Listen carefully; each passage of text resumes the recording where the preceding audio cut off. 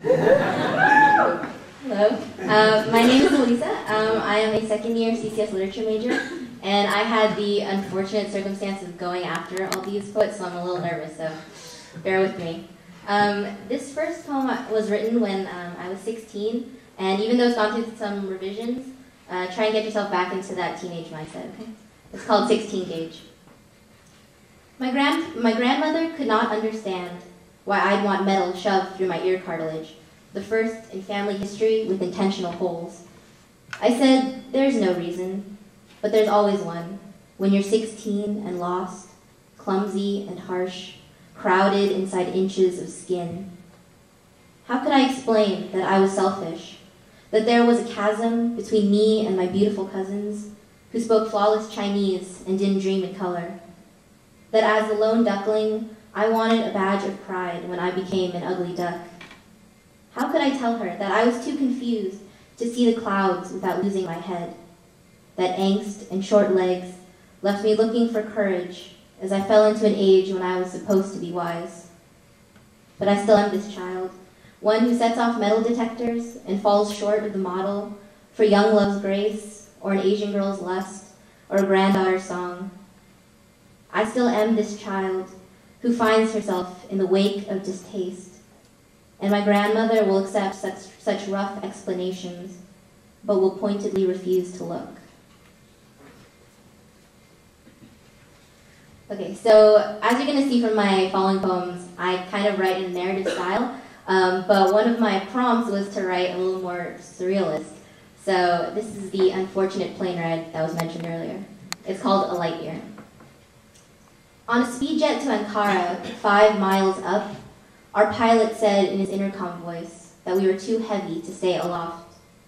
A technical mistake, the plane became an arrow or a cherry red thunderbird pointing towards the ocean. Air control apologized and switched off their stations.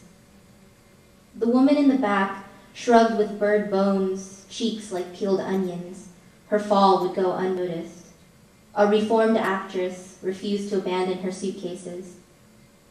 When the freckled boy stood up, even his mother cried in relief, and the plane continued to dive. His soft fingers shredded a round-trip ticket. Back home, in his tract house town, no one would see how the crew stood in salute, grim faces nearly mechanical. They would not witness the passengers covering their eyes, the plane suddenly rising 90 pounds lighter, and the boy with branched arms floating in the sky as if he grew wings. Okay, so the next poem I wrote this morning, so this is fresh, and it's dedicated to my roommates who are in the audience.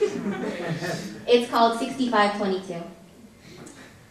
Laying on our squished couch, feet peeking out from under a worn Disney blanket, she declares that quality men are extinct.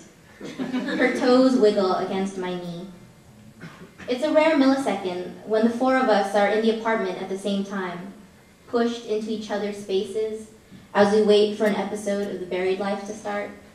2 on the couch, 2 on the floor, territories overlapping with homework. To combat the mood, her roommate pounces without hesitation, screaming love attack.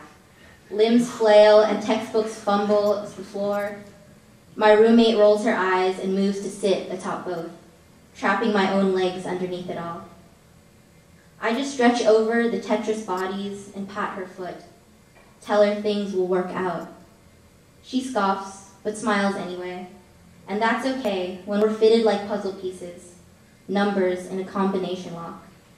When just one digit is slightly off, we cannot open up. Okay. So, slight change of mood. This one is for my grandfather, and it's called Nu Mai Fan. While chopping mushrooms for Nu Mai Fan, my grandfather tells me in Cantonese that he's dying of cancer. I can already hear the minister say that he lived the fullest life as we mourned around the kitchen table. He had children, grandchildren, escaped wars and poverty, found salvation. The fullest life, and yet nothing important will be mentioned. The minister will not speak of his weekly lotto tickets or the games of mahjong he lost to his grandkids, the parsley he nursed back to life and put into soup. I try to see the kitchen without him, tune out the bubbling fawn pot and clinking bowls, the high notes of birds, the low register of Chinese radio. But as soon as I form a blurry image, my grandfather tells me to not sit there and do nothing, so I get up and help him make dinner. Okay, so for this poem, I was prompted to write about vegetables, and I'm not really sure how this poem came to be, but it was definitely an interesting experience. It's called In His One-Room Apartment. We ate garlic for breakfast, raw, and with heated, heavy breath, dared the world to come between us.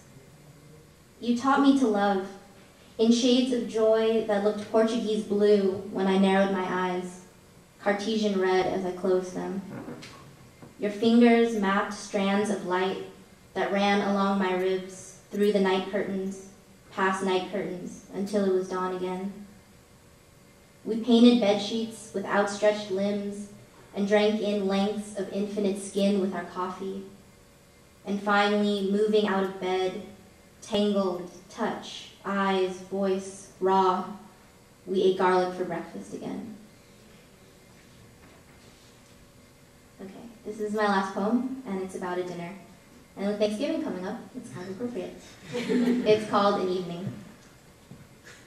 Eggs crack in the wok and hiss in the same pitch as my grandfather's whistle. He's cap-toothed, liver spot, more handsome than the day I was born as I watch him move around the kitchen.